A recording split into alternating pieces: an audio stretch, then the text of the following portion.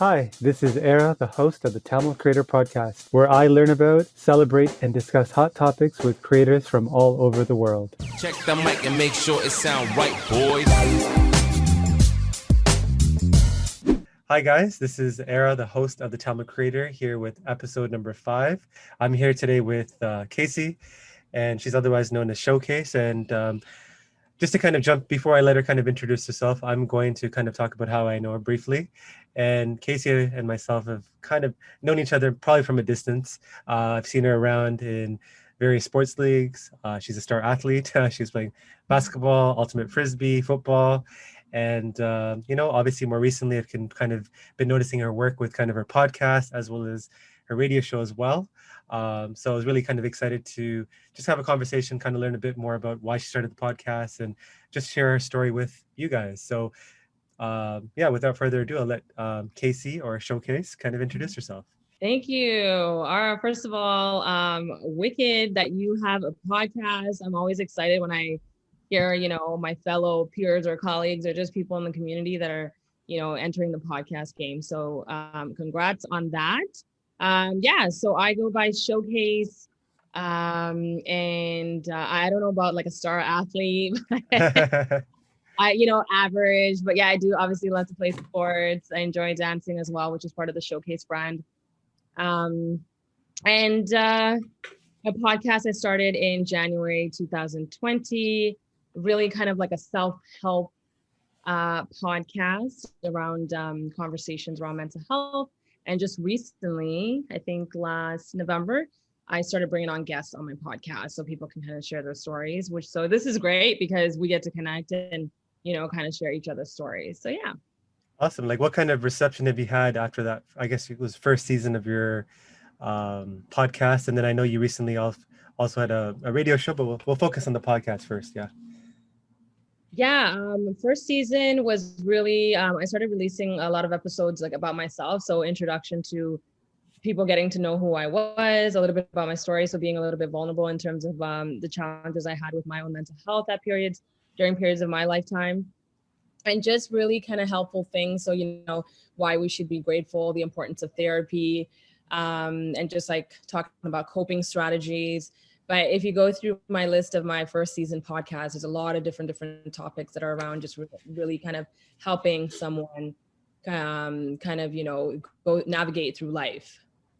So that was really my season 1. And then season 2, that's when I started getting guests on it. So my guests, some are my friends, some are people that I've connected with via social media.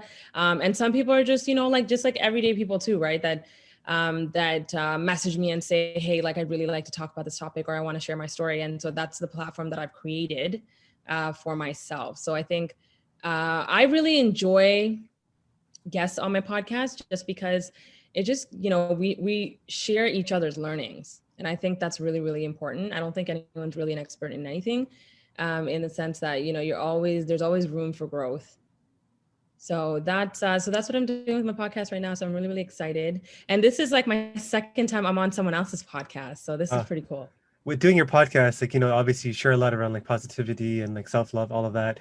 Have you got a lot of, like, what kind of messages have you got from like potentially like people that are listening? Like, do you get messages and like what have you kind of learned what kind of impact you're making with your platform? Like that's kind of cool as well. Yeah. So I guess it'll be fitting to start off with why Showcase and how that was created. So in 2017, I created this initiative, this movement called Showcase. Case is my nickname, and I put Showcase together. It was just kind of like a play on words, but really kind of showcasing, your inner self, how you feel, and showcase your talent. You're naturally like, what you're good at. So I, at the time, had my sister was diagnosed with cancer. Oh, wow. And I was working for Child Protection Services. So my life was very, I was feeling very, very overwhelmed with work. But then also when my sister's illness became serious, it was like, I was really, really struggling. I kept catching myself and, having anxiety and just having a lot of depressive symptoms. And it was really, really hard for me with my mental health. And it came to a point where at work one day I had like this mini panic attack during an investigation. I would do investigations on child abuse. And it just, I think the content of the investigation really triggered me. It was close to home. It was, you know, with a sick kid that was also sick. So that's when I realized that like it was just too much.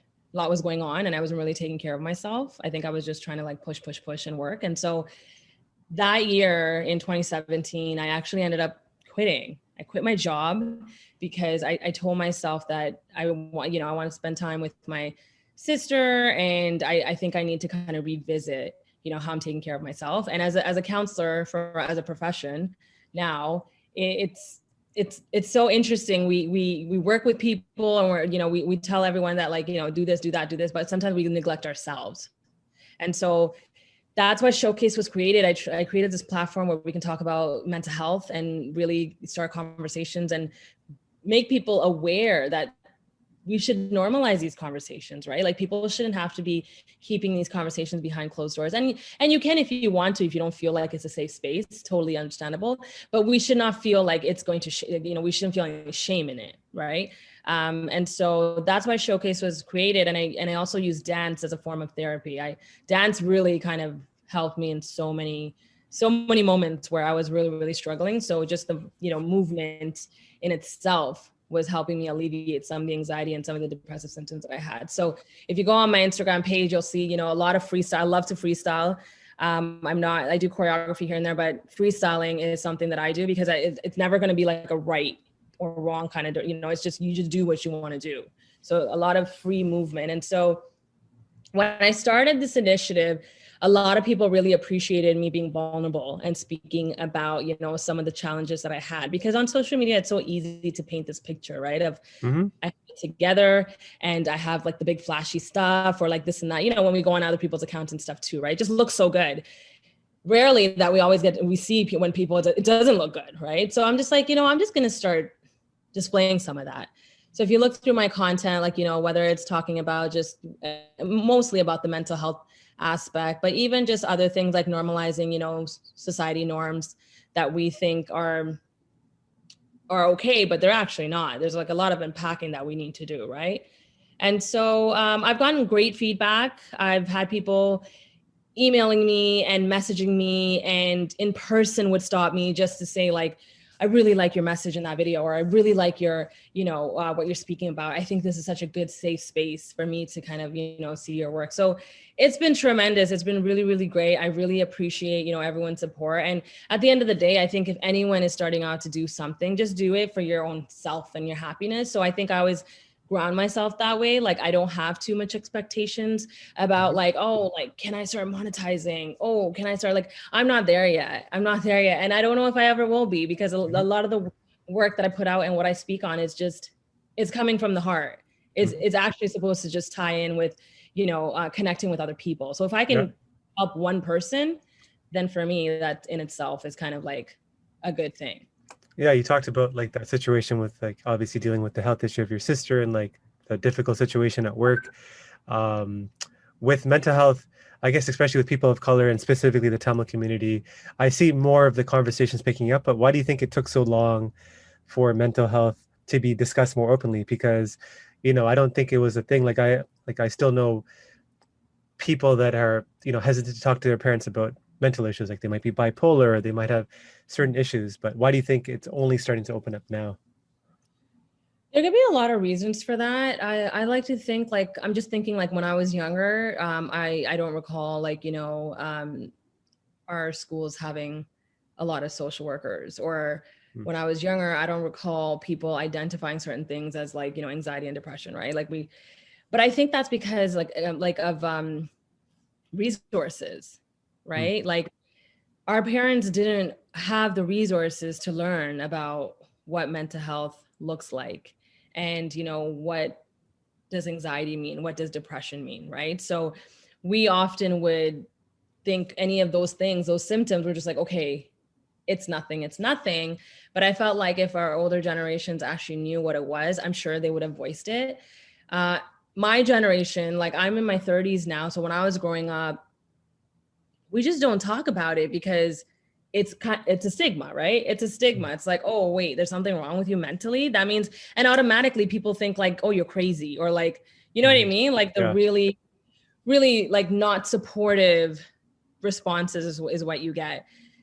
It's picked up a lot recently because we are seeing so much like a hike in suicide in our kids. Yep. We are seeing so many people reacting to situations in public spaces, right? And we're just seeing a community as a whole really, really, really struggling. And so now, like, you know, the government puts out so much funding around mental health. Yep. Right. So when that happens, and there's a lot of resources being now pushed out as well. And social media has been such a game changer because Instagram, right? And I don't know, when did Instagram launch? Like 10 years ago, 15 years? A long time ago, yeah. A long time ago. We didn't have Instagram in high school when I went to high school. So because of social media platforms, everyone can share, you know, all these resources that they collect. They can, you know, if they're working in the field or if they have insight onto it, they just share it, right?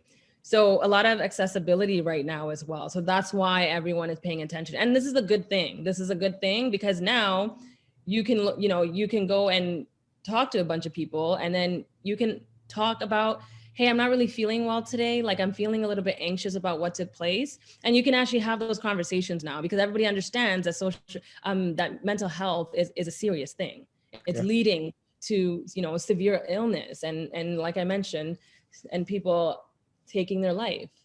Yeah, I think with also media, I think has helped too. Like if you think it shows like 13 Reasons Why, or even like that whole big Bell Media campaign around mental health, I think those kind of things definitely might help as well. But yeah, I definitely agree with what you're saying about parents not having resources. I think there's a lot of issues that stem from the fact that our parents didn't have a lot of resources, like mental health, lack of recognition around that, and just a bunch of other reasons. I guess moving on from like the podcast. So like, you know, you have the podcast and then now you've kind of recently achieved another goal of yours, which seems like you want to kind of host a radio show. So tell us kind of how that came about and like, what are you hoping to do with that?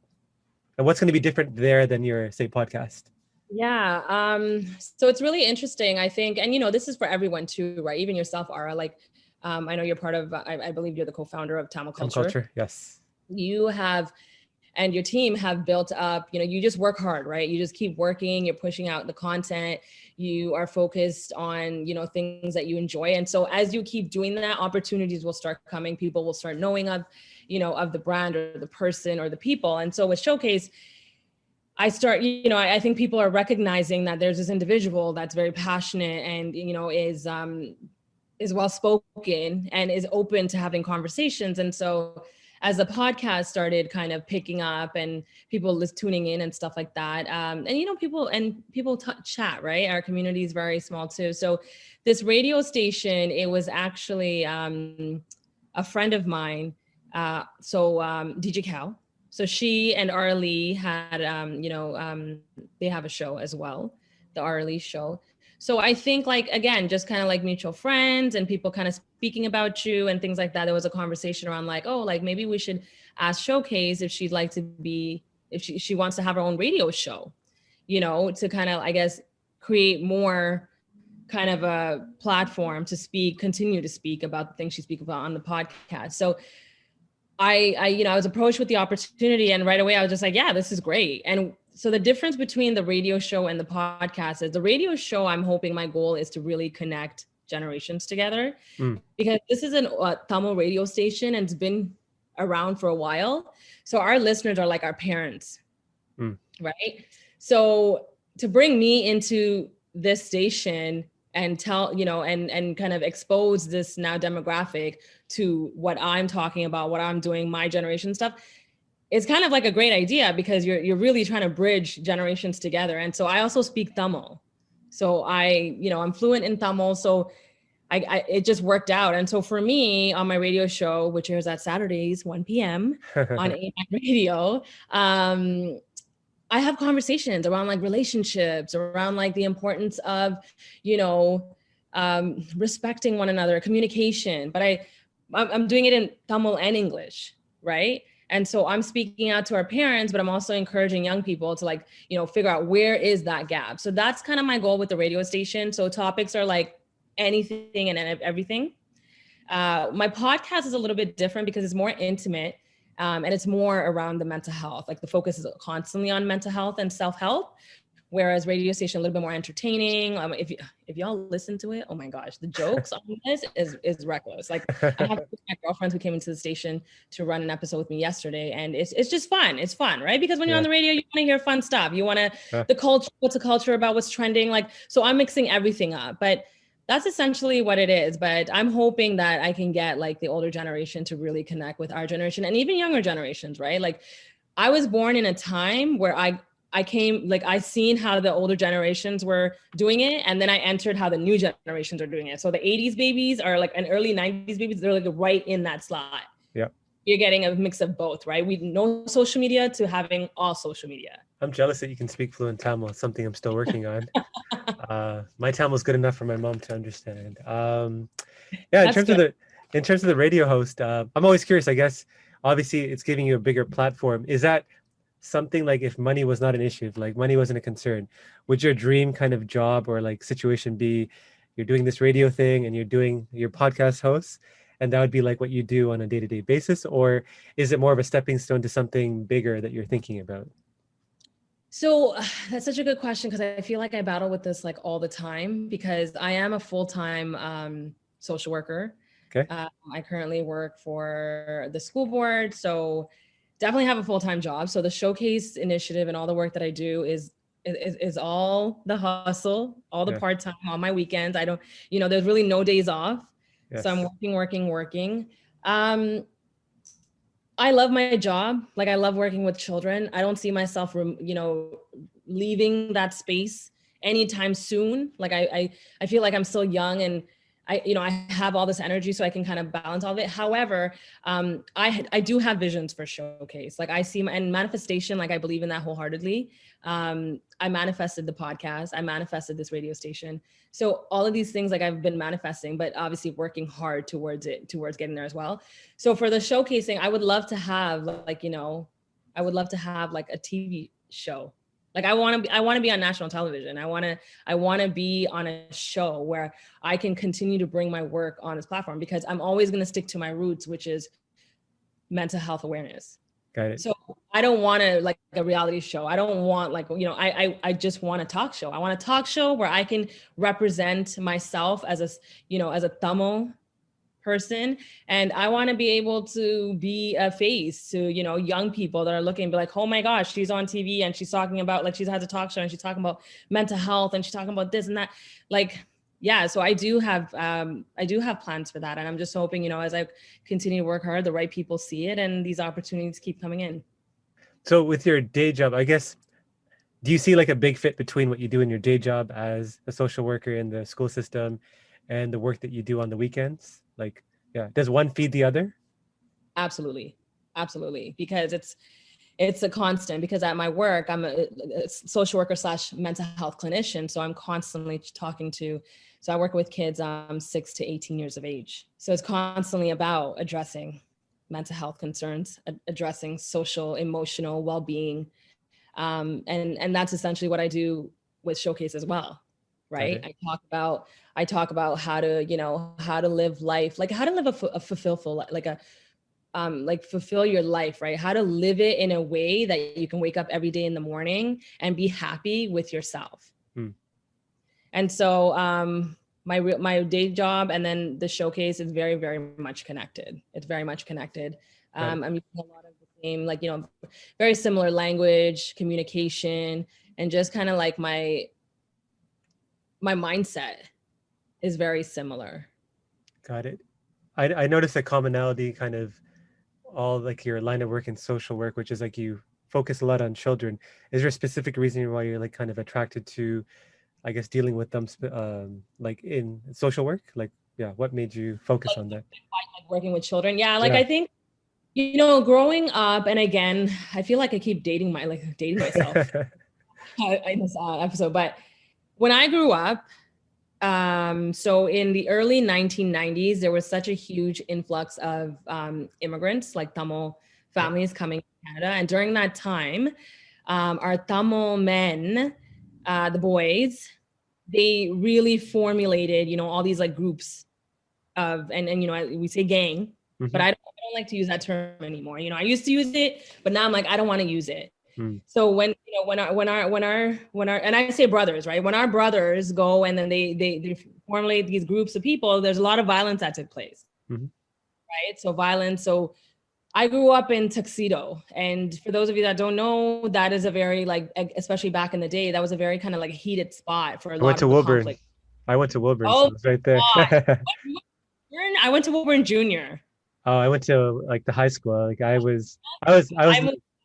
I grew up in the middle of all that stuff. Like I wasn't obviously involved, but like I saw a lot of that. Yeah. So you know that, and you know how violent that area was. And so, so I've just witnessed so much of it. I had a family member who was part of it.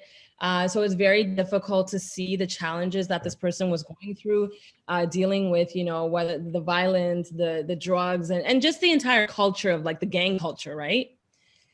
And so, and then I grew up in Chester Lee. Chester Lee is also another area VP and Finch, right? Like, yeah. Yes. So I'm a Scarborough girl. Like I grew up and worked around and whatnot in all these pockets of they call it the high priority neighborhoods. Yeah.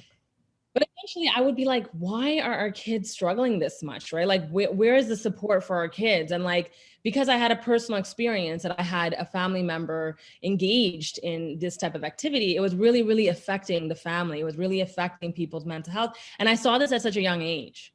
So I told myself, I got to help people. Like, you know, I got to help these kids so they don't think that that's the only route that they can go into, right? That's the only route that they can go into. And that's essentially why I, you know, started working with children. Did you used to work with Kentite as well? I did. Yeah. A lot of work. So the Canadian Tamil.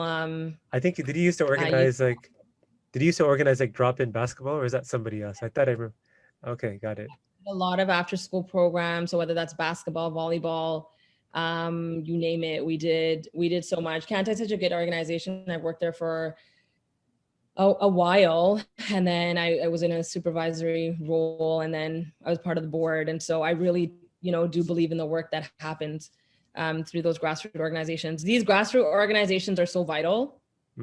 So they are so vital into supporting our you know, communities, the Black, the Indigenous, and people of color. Like, it's so important because the real work is done throughout grassroots. Got it. You know, we talked about your podcast and the radio show, and you're multifaceted. So obviously you do something else, which is you love dance, like you said. How does dance fit into the big picture of Showkace and like what you want to kind of do, what you just talked about earlier?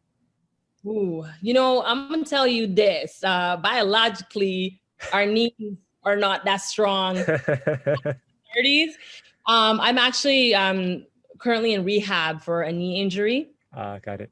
So, I'm actually wondering if for some of the people that follow me on my social media, I haven't like really put out a lot of dance work recently. I'm very heavily focused on the podcast and the radio show, and it's been difficult because obviously your health and, you know, and because I played sports for so long, it just caught up. And so now I'm rehabbing my knee. So I need to get better. But in terms of the actual dancing, I'm still, you know, open to opportunities where people do want me to perform. But I guess in terms of the dance piece, like I'm very particular in what project I will take.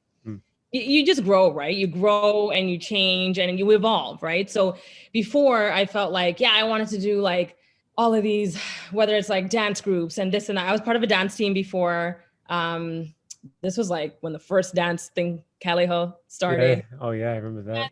And those kind of things were fun, but I don't know if I would do those now. But right now, in terms of dancing, I would love to like connect with artists and whether it's writers and whatnot to like display like contemporary hip hop pieces where the movement is more like fluid, slow, and things like that. Like I do enjoy that. So, but like I said, the dancing is tough. Like after you, like, you know, age, it's hard. It's hard, but yeah. But with Showcase and dance therapy, I feel like that was kind of the first phase. So when they knew me, they're like, okay, she's a dancer and she conveys messages through movement. And now we're evolving. Now people are like, okay, she's a podcaster, she's a radio host, which I'm very happy about. Got it. Yeah, because I was thinking about this because I heard your episode with Anoshni.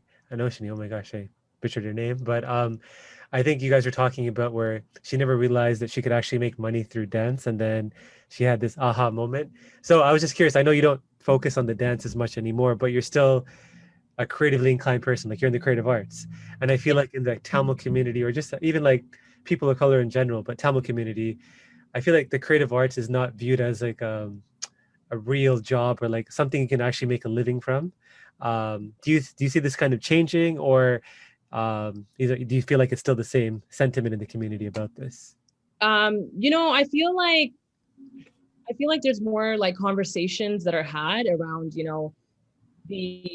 the growth in that avenue, right? Like, so becoming a dancer and like making kind of like, is that kind of your job thing? Not as much though, right? As compared to other communities, no, because our parents and community still thinks like, what do you mean you're going to be a dancer?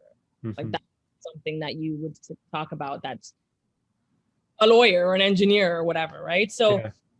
I don't think it's, I don't think artists get that much credit because it's hard work. And Oshini is this like beautiful soul who really, and that's why she's very, very passionate about her style of dancing, right? And she fuses the Bharatanatyam with the hip hop and contemporary.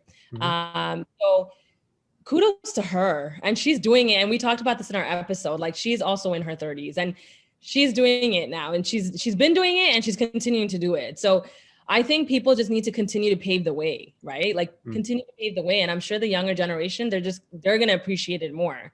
Like we're coming from the older generation. So we never had any support. We never had, like people like, my mom would be like, oh, it's you know what I Yeah. mean? But it's just not that. It's just something more. So I would have loved to I wanted to do a dance major.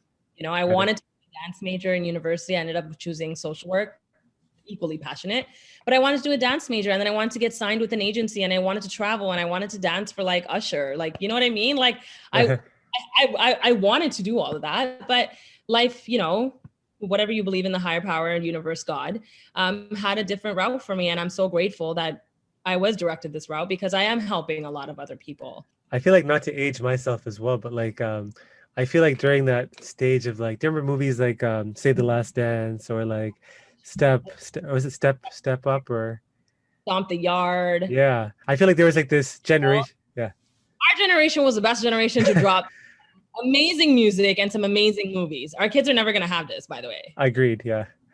I feel like during that stage, like I can't dance, I can't do anything creative, but I admire people that do. But I feel like during that stage when I saw all those movies come out, I feel like even I was like, oh man, I want to be a dancer, but obviously that's not going to happen. But it was just something I want to bring up. Yeah, I think people should listen. People should pursue. You should pursue your dreams. Work hard, Yeah. pursue it. Don't nobody care about what Kamala Aunty's saying, or don't nobody care about, and even if your friends, your family, nobody's believing it, just you believe in yourself. Just keep Yes, going for because sure. you Yeah. have the right people who are gonna open some doors for you. You know what I'm saying? And you just gotta keep going because it's so easy to discredit people and to Yep. not people, right? It's so easy to do that. It's harder when you actually have to sit there and appreciate someone for who they are and what they do and how they come out, right? So whoever's listening to this, like if you want to be a dancer, if do it, and you want to get paid for it and that's your profession, do it, because there's people that are making it. And definitely, I think representation matters too. Like if you can see yourself in that role. Like my best friend, he's an actor. His brother's an actor. I remember when he started. He's Indian Tamil, and he's like in a few things, like a few shows. And I remember when he started, his parents didn't talk to him for like years, or like they had a strained relationship because he was doing engineering, but he secretly kind of dropped out to like learn acting, and he kind of just did it. Like you were saying, he just kind of worked hard to do it. But by the time his younger brother got to around to it, all the aunties and uncles that used to kind of ask them or like look down upon them for their son doing acting, they were now coming up to them saying, hey, I saw your son in this show and this show. So by the time his brother wanted to do it, it was kind of legitimized, like, oh, like acting's like legit. So I feel like, and now you have Maitreyi, who's like this huge Netflix star. Yeah, so that's huge. Have I ever, right? Yeah, and she's female too. She's young and female in Tamil, which is great. Yeah. So Awesome. Like representation does matter. Like Mindy Kaling taking on Maitreyi, like yes, yes, was such a like respect to her. It was such a huge move, right? She Yes. really came into Toronto and said, I want a Yes. I want a Tamil female to play this role. And just that could have been any one of us. Yes. But Yep. to see that is just it's so inspiring. And even Lilly Singh. Yes. Lilly Yep. Singh went to school with us. She was on my Yeah. dance team at Yeah. university. And just to see her now become this huge celebrity. Yes. But she never gave up on herself. She literally would sit in her room recording videos, Yep. right? Yeah. And people, I'm sure, back then were like, this girl, what is she doing? Yep. But look at her now. Yeah. Yeah, like representation does matter. I think it's important to us that we continue to pave the way. Like for me, I really hope that I'm paving the way for young people to feel comfortable about talking about important things like mental health. You know what I mean? And for me, even that takeaway alone is so. It just makes me like, I'm like speechless because sometimes I get so worked up. Yeah. But I'm glad though. I'm glad. And that's why the older people, like we got to continue. We got to continue. I know we had it rough. I know that we had it rough. It was so difficult. Nobody supported us. But trust me, the work that you're doing right now, the next generations, our kids and so forth, they're going to be at a whole different level and they're going to thank us for this. For sure. Yeah. I think the next generation, like my kids, for example, I think they'll have it easier, but probably hard in other ways. But yeah, I know for sure.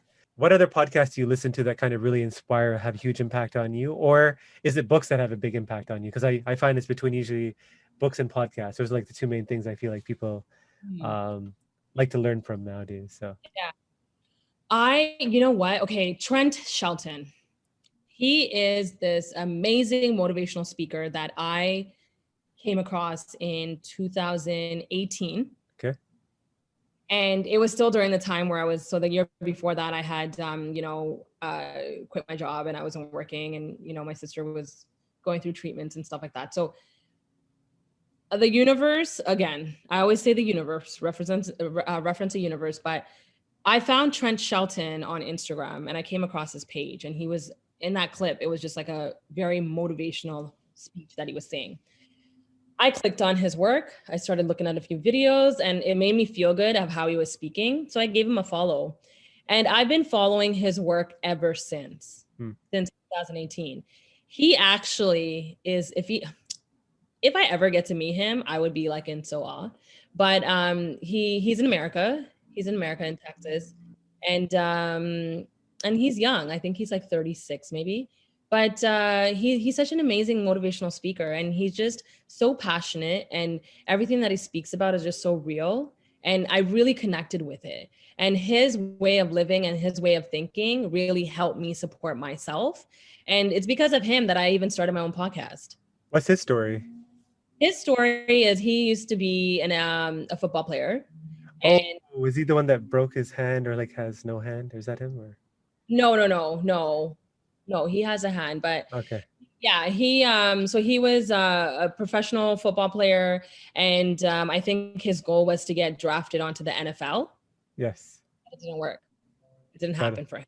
Okay. It happened for him, but then his life then changed into, finding out that him being a motivational speaker is what was his true calling. And so he talks about his experiences with mental health. He talks about his experiences with a friend's suicide, taking their life.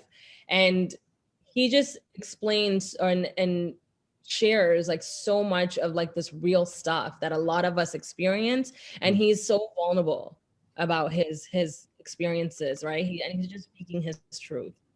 And so his whole entire journey has been that, like how he built this life up for himself, right? How the things that he used to do and be a part of or what have you, that he wasn't happy about. He was just like, I can't believe I used to do that. Like that's, I don't want to live my life like that. So it was just, he's just like really, really inspiring. And then, oh my gosh. And then one day I woke up and he gave me a follow. Like he followed me. Wow, that's awesome. And I don't like to bring up the numbers and stuff because that is never important ever. Like just keep doing your work. But for him to recognize, see me and, notice my engagement and then just show that even that in itself was just like, wow, like this is so great. And so, like he's kind of like, his podcasts are amazing. The other podcast that I listen to is, and you know what? Actually, there's so many other podcasts within our community. Like, I don't know if you know, but there's like a Yeah. bunch of. I've stumbled across, like, as I started doing this because of Tamil culture. We've had people reach out that do podcasts. I didn't realize there's like a podcast community of Tamil people out there, which is cool. Yeah, there's yeah. So like I like to listen to, you know, my community, like their podcasts too when I have the time. But there's also what is her name? Amanda Seals. Amanda Seals. She has a podcast called Small Doses, and she's a Black woman, Okay. and she talks about just like social change. She talks about oppression. She talks about like a lot of that systemic stuff. Got it. And I love listening to podcasts like that about like social change, activism, and all that stuff too, because I always want to grow and learn and see how I can contribute to kind of, you know, supporting the communities that need it the most. But yeah, that's how I initially got my podcasting. I was like, you know, I'm just gonna, and I talk a lot. It's So good I'm though. like, You have good energy. Like, I think people that have good messages should talk, right? Like you, I think it's like, for me, I got into podcasts because I listened to podcasts, and I was like, oh, I'd love to kind of, for me, I started this specific podcast because there's a lot of stories you hear about, and even with TC, like the people that I interview are not, yeah, we interview some big people or like people that are well known, but I feel like there's a lot of people doing really cool stuff like yourself that, you know, you already have a following, but you know, you're not like Maitreyi, not yet, but maybe one day. But I feel like there's people doing cool stuff like underneath the surface or like under the radar. I want to feature those stories. I like asking a lot of questions. So for me, it's like, why not give a platform, leverage Tamil culture as well to do that? So, which is awesome. Yeah. Like I really like that you took that approach with your podcast, because it's important, because it's just so we're so easily kind of you know, the only thing that we focus on is those that have big following. Yes. Right. Yeah. And obviously not to discredit them, because they've worked hard and they've kind of gotten there, but we should never ever have this like narrow-minded thinking of, you know, if your following is not big, that means you're what you're trying to say or what you're trying to do is not that important. Yeah. That is one of the worst things that people can do. And I've had experiences like where I felt like people did not want to work with me or do something with me because my following is not in the thousands, like, you know, 50K or like 30K or whatever, you know what I'm saying? And it's just like, it's interesting, but again, you will gravitate towards the right company and the right, you know, collabs to work on. So, and like you, I don't look at the numbers. And I also know just from personal experience, like with my startup, that people that say no to me, like now, 5 years, like I've had people that said no to me 5 years ago that now say yes to me. So like, I know I don't take it personally anymore. I'm just like, yeah, that's cool. Like, you don't want to work with me today, that's okay. But I'll make sure in 5 years you want to work with me. And it's not like I want to destroy you. It's like, hey, I want you to see me as someone that you want to work with. So I get it. What's a new belief? Like these questions that I ask this of everybody because I'm always fascinated because I get so many different answers. But what's like a new belief or like behavior that's kind of really improved your life in the last year or like last couple of years, let's say? Waking up early. Oh, what time do you wake up? Well, my work starts by like 8:30. Okay. I'm talking about like waking up early, even as early as like even an hour earlier, like 6 a.m. Right? Like, or they call it the 5 a.m. club. Yep. You know, so even waking up at 5 a.m., 6 a.m. and ensuring that you're getting good sleep and waking up that early, it changes your day so much that I used to, because I used to work on schedules like my time where it was like 11 to 6, 11 to 7. So like a later start in the day. And sometimes I also get flexibility with work too. So it's like, I don't have to book my appointment till like a little bit later, what have you. So, but just waking up early and getting good sleep is so important. Yes. And you don't realize this when you're in your 20s running around trying to party and turn up. And you don't appreciate that, right? Because we're like, you know, I remember like I would, you know, like party and then come home at like 3 o'clock in the morning and then sleep into like 1. And I was like what? I can't even do that now. My schedule doesn't allow me to do that right now, but I can't even think of doing that right now. But yes, so that is definitely something that I really appreciate. But being able to wake up early, you just have like such a good mindset you start with, and affirmations. Have you heard of this thing called the Miracle Morning? Mm-mm. It's like a famous book. This guy wrote it, and he talks about waking up early and doing. There's like 6 things. It's like affirmations, reading, exercising, I think praying, or like whatever like you do depending on your belief. And I did that like routine for a while before the kids came, and it was actually like pretty like life changing, because, or at least for the day, because it changed your mindset to the rest of the day. Because if you start off your day that well, like you're not rushed, you don't wake up and like you have to do work, you have to do that, like it kind of eases you into the day. It was such a big like life changer. So yeah, I agree. Well, I think people really underestimate, the power of words Yes. and the words that are spoken back to you. So I literally will get up Yeah. and look at myself in the mirror Yeah. and say, okay, today is going to be a good day. Yes. We're capable, we're beautiful, we're smart, and if something goes wrong, we're going to fix it. It's going to be okay. And just kind of really reassure yourself. Like affirmations are so important. And I feel like sometimes people are like, what do you mean? Like, you're just going to say stuff to yourself? I'm like, yes. Yes, you talk to yourself and you say that you can do this, you can get through this. And, it's all in here, right? And we follow a model in my line of work. It's called CBT. It's cognitive behavioral thinking, or in therapy. But it's really, anything that is going on in your mind is how it is going to essentially affect you, right? How you feel and how you behave.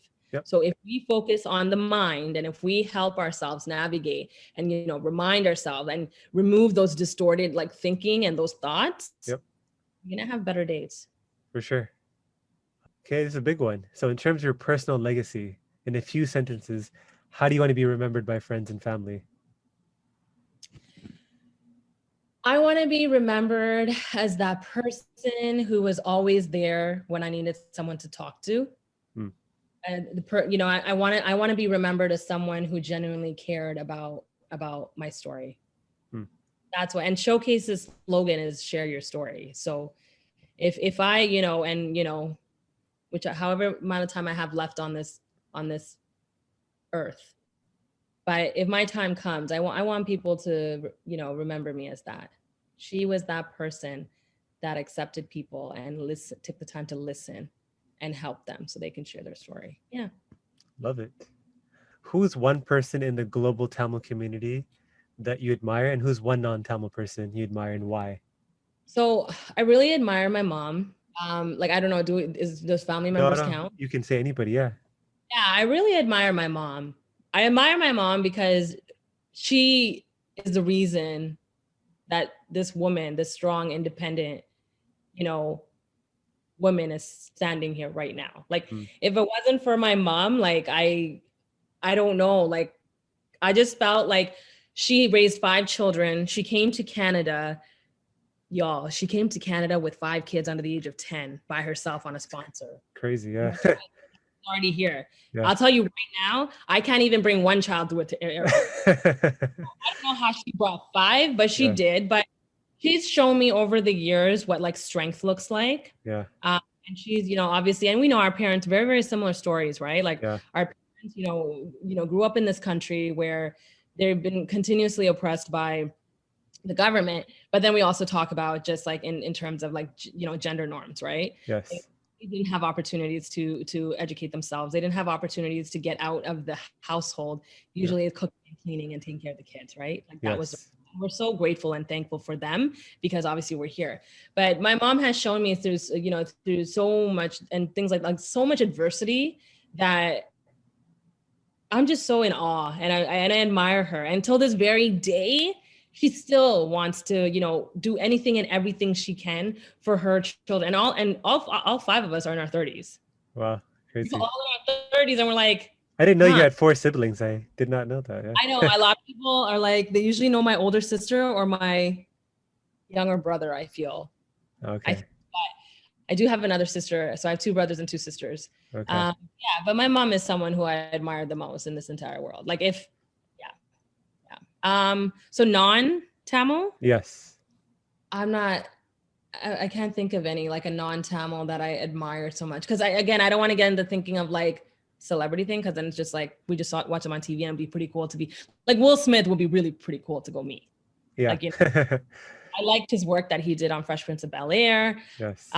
But I love, his movies. Some of his movies a lot of his movies are so meaningful and stuff like that. So, he is someone that's pretty cool. And I feel like even his recent journey, he's just trying to be, ever since he got into the Instagram game, he shut down Instagram, by the way. Like, so good.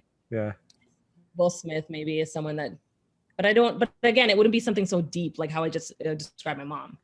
Oh, yeah, I loved your answer with your mom. Like, even I think my perception of my parents changed as like, I mean, I think for most kids as you get older. Like, we grew up in Crow. Like, do you know? I guess you know Melbourne well. So we grew up in like Crow Trail. So 97 Crow Trail is where I grew up. And yeah, it was like my dad was working. My mom had the traditional role of taking care of four kids, but it was four kids under the age of six. And like you were saying with your mom, that brought five kids here, which is like remarkable. I look back, like I don't think I really appreciated what my mom did with four kids under the age of six. Like, it was, I was the oldest and I have like two brothers and a sister. Um, it's just So like, huh? I thought you were the only child. You didn't, oh, you didn't know I had siblings. Okay, yeah, yeah, I'm the oldest of four. Because like you talked about Crow, it's like funny. I guess we grew up like in the same areas. Because when you talked about Tuxedo Court, it was like a really funny story. I was like, should I share it or not? It's actually stupid funny, but like my dad didn't want me to go, like, because I had friends obviously lived in the Tuxedo Court, so sometimes I'd go like hang out with them there, and he always told me never leave. I never want to see you there. And I was like, this guy's never going to see me. So like I would hang out with them other places, but I would never, when they go to Tuxedo Court, I was like, it was like an invisible line. I'm like, guys, I can't come. But like one day I was like, there's no way this guy's gonna see me today. So I was walking with like one of my buddies to his place, and like who pulls up in front of the building in like his like station wagon or whatever. It was my dad. So I like, it was just funny because like a normal person would have just stopped and like, just said hi or whatever. I just panicked. I actually just turned, I ran all the way back to school. I left my friend there. And when I got home, I got a good beating from my dad. But it was just funny, like that he got so upset that I went to Tuxedo Court. But like obviously, like there might have been a negative perception about living there and all that stuff. But I feel like it's always it's a different perception of outside looking in versus like you lived there or like you grew up there. Like it's not all bad, but obviously there are bad things that happen there. But like it just gets a worse rep than. Um, When I tell people I'm from Scarborough, they'd be like, "Oh gosh, yeah, Scarborough." And I or was like, Melbourne, or Melbourne. If you say you're from Melbourne, like let's talk about my spaces like that. I mean, yeah, yes. sometimes it's dangerous, but we cool. Like the people are it's a community here. So, yeah, I totally get that.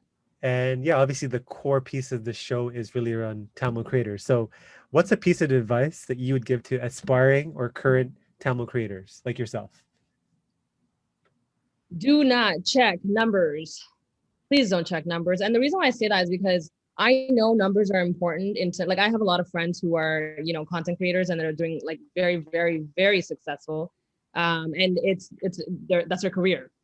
Like they're making great, like a living out of it. Right. So, and it's really interesting because for them, like their brands and, and the people that they work with, they do check the numbers, right? You do have to perform, but it takes a toll. And they've said it takes a toll on your mental health, right? Because we're living in an age right now where a lot of validation seeking is coming from all these numbers, the algorithm and this and that, right? So my advice is try your best not to be stuck on your following and your views and your likes and all that stuff, right? Just if you're ready to come out on the social media or a content creation, kind of that platform, do it because you love it.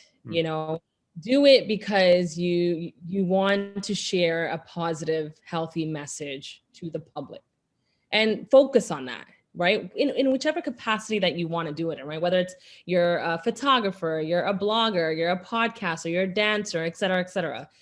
Do it because you love it and enjoy it, right? You know what I mean? And enjoy the process, Yep. right? I have to always remind myself of that because 2017 to now, I'm very proud of myself, and this is going back to affirmations and you being your own cheerleader. I'm proud of myself because I've accomplished so much with the Showcase brand. I've done like workshops in schools. I've done public speaking events. I even had like CIBC corporate hire me for an event to talk about the importance of mental health. And that also ties in with what I see myself doing with Showcase. I hope that I can travel the world and actually do public speaking as well. So, but you do it because you're passionate. So focus on that and just, and take care of yourself. Like do not let social media win. Yep. A lot of my kids right now that are seeing me are having a lot of mental health issues right now because of social media. Yeah, I read something about, the filters on Instagram. I think social media distorts, especially kids, so much that the filters they see, sometimes if they don't see themselves in that same way, they feel really bad. Like I forgot what it's called. There's some kind of condition where they need to see, like there's people that are doing plastic surgery to change their skin to the filter of like Instagram, which is crazy. So I agree. And that's the thing, right? It's like a tool. It's like a car. Like I say, like with a car, you can use a car to kill, like, run over somebody or like do some kind of damage, or you can use it as like a useful thing. I feel like social media is the same thing. Like if you look at it as, yeah, you got to navigate properly. And I think, especially if children are on social media, I really, really hope parents and caregivers are really, looking at what their kids are doing online and having open conversations about what, for example, if your child is online and they see something that they're not supposed to see or whatnot, like don't hide it, ignore it, and shame it. Talk about it. Hey, I just seen that you saw this. How do you feel? Like, let's talk about it. Do you have any questions around it? And, that's how, because when we grew up, nobody talked to us about anything, right? Sure, Whether that be sex, what have, like, these are all parts of life, right? Like, we don't know nothing. So raise your child, in this like whole, like, I guess, just not helping them understand these things, they're going to go into the real world and they're going to have a really, really hard time navigating. Agreed. We kind of got the serious stuff out of the way. So now I want to do something called Would You Rather. So like I said, I'm going to say two things and you got to just pick one and you tell me why. So I'll start with an easy one. Mutton rolls or koth roti? Oh my gosh. I'm going to go with koth roti because mutton rolls should not even be named mutton rolls because usually never mutton in there. That's why. So bad. It's like, it's just potato and it's like batter, but I'm gonna go with koth roti because there's some mean koth roti spots. What's your go-to spot? You know what? I don't really eat that stuff as much now because I transitioned into this like keto, low carb, whatnot. But Gaza had some really nice. Gaza, yes, I was gonna say Gaza has like the best. But that used to hit the spot for me. But I don't know if people. We used to do Gaza with like the extra gravy. Like it always hit the spot. All right, next one. Famous dancer or famous choreographer?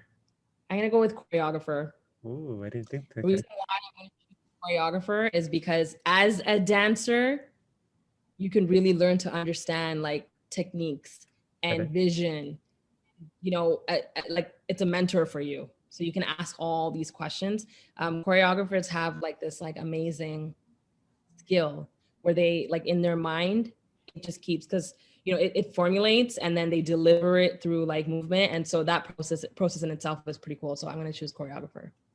Okay, that's a really hard one. I figured that'd be the hardest. Condo or house? Condo. And why? Condo because it fits my lifestyle. I'm one person. I need amenities like the gym and a swimming pool, and nobody got time to, shovel the snow and do gardening and stuff. That's not me. I'm sorry. No, condo for sure. I'm actually moving into my new condo tomorrow. I mean, not tomorrow. Well, it's this week and next week, but I'm excited. But yeah, definitely condo. Congrats. Which area? I'm actually in Markham downtown. Okay. New area, Markham downtown. But here's what I wanted to say about this condo house situation. Public service announcement. Y'all don't need to buy a house if y'all can't afford it, okay? And I'm so tired of society looking at people and saying, if you do not own a house, you are not successful. Stop this bull. Like, it's just unfair. It's unfair. I don't think it's right. I think a lot of people are pressured and feeling really, really overwhelmed because, again, attaching yourself to these expectations, right? If you, and I guess I'm so kind of vocal about this because I don't really fit. Like, I don't really fit because I'm this, like, I'm 30, like I'm in my 30s, I'm single, I have no children. And I don't want to have, I don't want to own a big house. I don't, because I want to be a minimalist and I want to be a condo. Like, I don't need so much space and so many things. I'm surprised you had such a passionate answer because this is like one of the number one debates I have with friends and like family, because me and Claudia, we have twins, there's 4 of us and we live in a 2-bedroom condo and we have no plans of moving. And I think for us, the same thing as you, like we like the amenities, ain't nobody got time for like snow shoveling or like any of that stuff. And like I also just like I feel like looking back in my childhood when we were younger and like there was like 2 rooms and like 6 of us, like all the kids would sleep in one room. I felt like we were so close, like just we're just talking like as we fall asleep, versus like when we grew up and we got like a bigger house, like a house where we each had our own room. I felt like we became more distant. So it's like I don't know. I feel like when you're younger as kids and just as a family, I feel like I want to be in a smaller space. You're forced to interact. You might fight more, but you actually at least interact. So I agree with you. I think, to each their own, right? Like yes, those yes. their own. Obviously, I'm speaking off of my experiences. Will I ever become like a house owner? Because right now everyone's like, I mean, you can be a homeowner or whatever, but Yeah. will I buy a house? I don't know. I don't know. If I find a partner who enjoys condo living, I'm just gonna buy like a nice penthouse, maybe. I don't know. Yeah. Like No. I'm into like an actual house, but condo living for sure. I'm so happy you said that. Like I think the number 2 question after when we told people we were having twins is, are you guys gonna move? Like they assumed that we lived in a condo, we're gonna move, but we're not gonna move for at least 5 years. We'll decide after that. But yeah. Work. You can make it work. And honestly, like, how much space do we really need? There's other parts of the world where there's like families of 6, 7, 8 living, not comfortably, but like they enjoy living in small spaces and they're perfectly fine. Exactly. Next question.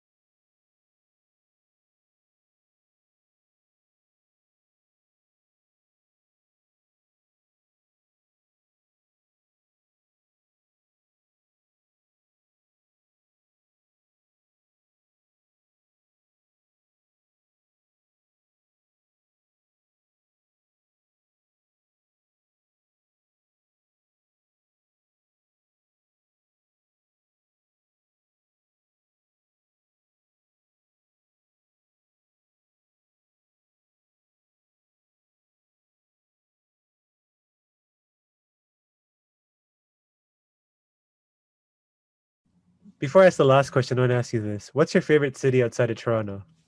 City outside of Toronto. So I'm gonna obviously, okay, I love Chicago. I visited the place like 5, 6 times already. Okay, so you love I want to tell people that they're like, do you have like a kid there or something? Like, why? it. No, I do not.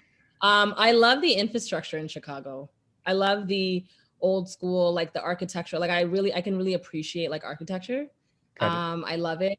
I just love the way it's designed. So I'm gonna have to choose Chicago because I've been there. I don't want to choose something that I wish I want to go to. Yeah. But I haven't been there because what if I don't like it? But So yeah, that was just a lead up. So Toronto or Chicago? That's the last question. Toronto. Why? Toronto's home. Toronto's home, and I enjoy the diversity in Toronto. Like I don't think I'm gonna able. I don't think Chicago is not as diverse as Toronto. I Got don't it. think there's a place as diverse as Toronto. To be honest with you, I in think so. anywhere, I agree in with any you. like this is the spot. And I really hope in the next 10 years, people are not like building themselves up and like making a name for themselves and like leaving Toronto to go to LA. Like I'm over it. I love Yeah. LA. I've only been there once, but I feel like we're just conditioned to love Hmm. LA because of Hollywood, I didn't right? like LA when I went. I probably like Chicago. I probably like Chicago more than LA when I went. But yeah. Yeah, I had fun in Chicago. LA was good, but Chicago was everything. But Toronto, like there's so many pockets of the GTA that are just so beautiful, and then you can see so many different people, that are coming from all walks of life. So I choose Toronto. I also wonder if I asked this question like 8 years ago, like pre Drake getting big. I wonder if this answer would have been different from. I feel like you probably like always loved Toronto, but when I used to have debates with people that like went to other parts of the world, I'm like, Toronto's like way better than them. And then I feel like when Drake started really like bigging up Toronto as he should have, because it's an amazing city, I feel like now people know about us and now people are proud to say they're from Toronto. I'm just curious. Yeah. I agree. I agree with you. I feel like people like Drake, especially because he's always referencing Toronto, but even like big artists like even Justin Bieber, Yeah. those come out of Ontario, like Canada, like Toronto, definitely put us on the map because America was not respecting us. Nope.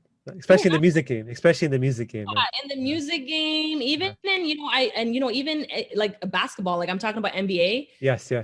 You really have to work to get respect. Yes. You know what I mean? They're always discrediting us, and I'm just like, yo, first of all, y'all are mean, but second, like we definitely we're a hotspot, and I think people need to stay. I hope people stay in Toronto. Like I think Toronto has to become like the next in its own version, like how LA is. Toronto is capable. And I know a lot of celebrities come here. For sure. Yeah. Big people are coming here. So I don't want to leave. I think that was awesome. I think that's a wrap. I mean, thank you so much, Kacy, aka Showcase. Thank you for making time today and bringing your high energy and kind of counterbalancing my low energy. Appreciate that. Yeah, I really look forward to kind of sharing this with our audience. Yeah, I'm just gonna kind of, I guess, wrap up with a kind of a quick wrap up. I was gonna say, so anybody listening to this, I would really appreciate it if you gave the podcast 5 out of 5. Really helps increase our visibility on whatever you're listening to. So whether it's Spotify, Apple, or Google Podcasts, please do so. Please comment, share, and like our stuff on Facebook, Instagram, LinkedIn, Twitter, whatever floats your boat. And if you have any feedback or ideas on future guests or even topics, please reach out to me at hello@thetalmudcreator.com. Thank you so much. I really appreciate you reaching out to me. Yeah, no worries. I mean, I'm always on the other end interviewing and podcasting and all that stuff. So to answer questions, this is my second podcast. So that's pretty cool. Can you tell us, Kacy, where we can, where do you want people to find you, reach out to you, tell us what you're kind of doing and where they can reach out to you? Yes. Yeah, I'm very active on Instagram. So that's SHOWK.ACE Showcase. So you can definitely DM me there. And also my email. This is for like, whether it's collabs, projects, or even if you want, if you want advice or you want to share something with me, or you just want to, run anything, that's fine too. So that's Showcase with the dots. So SHOWK.ACE12@gmail.com. Those are really the main avenues to contact me. And when is your radio show on? And what channel is it on? Show is so Showcase on air. It is Saturdays, 1 p.m. Eastern on A9 Radio. You can go www.a9radio.com, or you can download the TuneIn app and listen to us there. So I'd really appreciate y'all. And it's a fun show, and you get to call in and talk to me live. So, and I think that was the cool part about the radio show too, because I'm sure there's a lot of people that might go on my page and be like, oh man, like she'd be pretty cool to ask this question, like talk to like directly. There's a way for you to talk to me directly. Just call in and ask the question, and we'll get a conversation going. Awesome. Thank you so much again for hopping on board. And yeah, hopefully we'll have you on in the future again when you're doing even bigger things. Likewise. I think we're gonna be at the top. People that are acting and that are not focusing on numbers, it's just how the universe works. Check the mic and make sure it sound right, boys.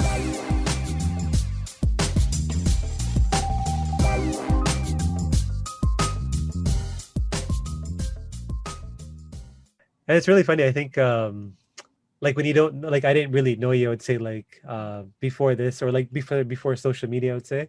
But it's cool, like in like why I like social media is like, yeah, you might not know the person like in entirety. Like I don't know you, but it's cool to kind of know this other side of you as like a podcast host, radio host, and just seeing the cool stuff you're doing. So yeah, it's like I'm really thankful that you jumped on the podcast with me too.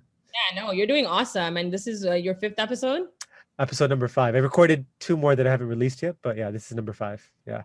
Awesome. Yeah, no, keep doing it. I think this is good. I think, and that's the thing. I feel like sometimes people think like, oh man, I'm not going to do the podcast because so-and-so already has a podcast. Yes. But people need to stop thinking like that. And I use this analogy. Okay. Like when you walk into the grocery store, right? You don't see just one brand of rice. Exactly.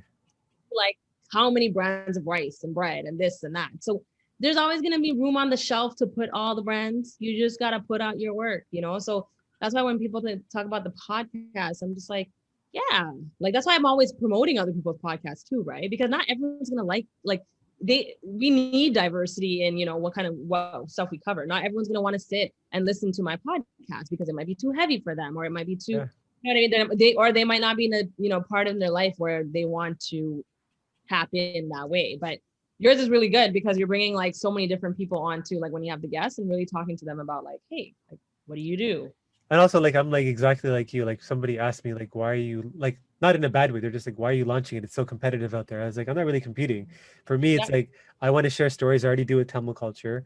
I don't really, like, I do want people to listen, but I'm not fixated right now on the numbers.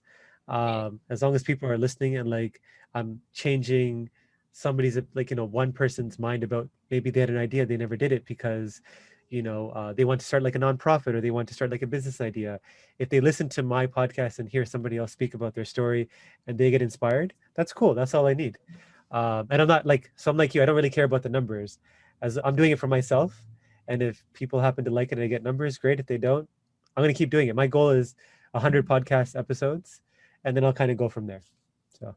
Yeah, no, I think that's good. I'm very much on a similar mindset. You know what I just realized when I was listening to you? I'm like, I should probably tell people to go rate my podcast because I never Yeah. say, I didn't even say anything. I'm just like, oh, welcome to Showcase. It's time to talk. Okay, let's get into it. I'm like, thank you so much for listening. Bye. No, Like, I only added it recently because there's a couple of podcasts I listened to and they always did it. And I was like, why did they do that? But then I looked it up and it's like when people rate it, especially on Apple Podcasts, it kind of, it boosts you somehow, or like it makes it like show up better. So yeah. go rate my podcast.